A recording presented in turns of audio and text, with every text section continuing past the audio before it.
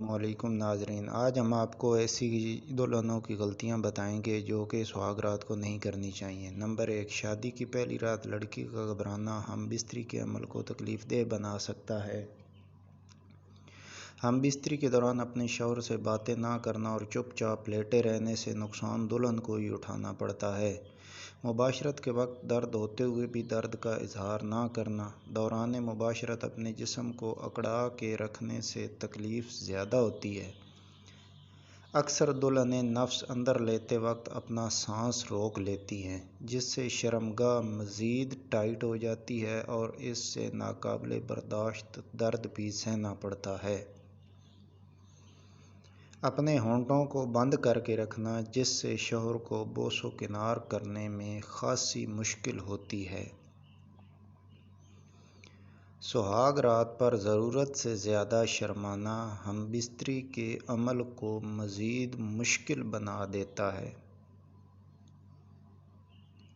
سہاگ رات پر اپنے شوہر کو کسی قسم کا رسپانس نہ دینے سے بھی سہاگ رات گزارنا مشکل ہو جاتی ہے۔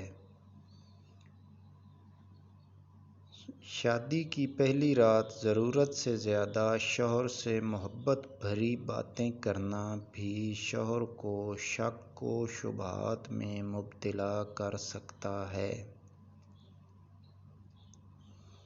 سہاگ رات پر یہ سوچنا کہ ہم بستری کا عمل کب ختم ہوگا۔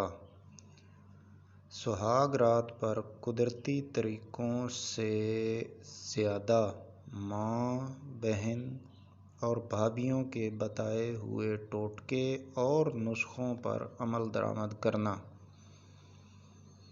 سہاگ رات پر تھکاوٹ کا اظہار کرنے سے بھی ہم بستری کا عمل مشکل ہو جاتا ہے۔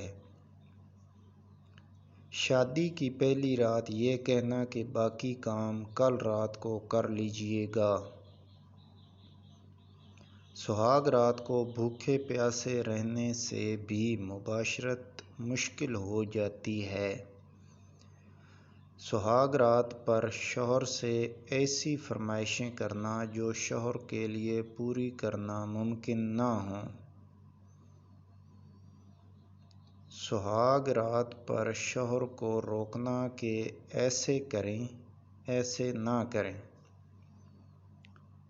سہاگ رات پر شوہر کو کہنا کہ جلدی جلدی کریں، مجھے نیند آ رہی ہے۔ سہاگ رات پر شوہر سے ساس اور نندوں کی شکایتیں کرنے سے بھی ہم بستری کا عمل انتہائی مشکل ہو جاتا ہے۔ سہاگ رات پر شوہر سے غیر ضروری باتیں کرنے سے بھی ہم بستری کا مزہ نہیں آتا۔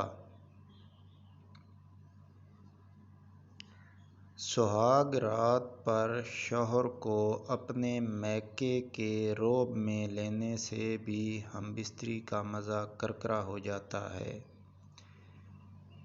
اگر آپ کو یہ ویڈیو اچھی لگی ہے تو ویڈیو کو لائک کریں اور چینل کو لازمی سبسکرائب کریں تاکہ ہم آپ کے لیے اسی طرح کی اچھی اور معلوماتی ویڈیوز لے کر حاضر ہوتے رہیں۔ شکریہ، اللہ حافظ، اپنا بہت خیال رکھیے گا۔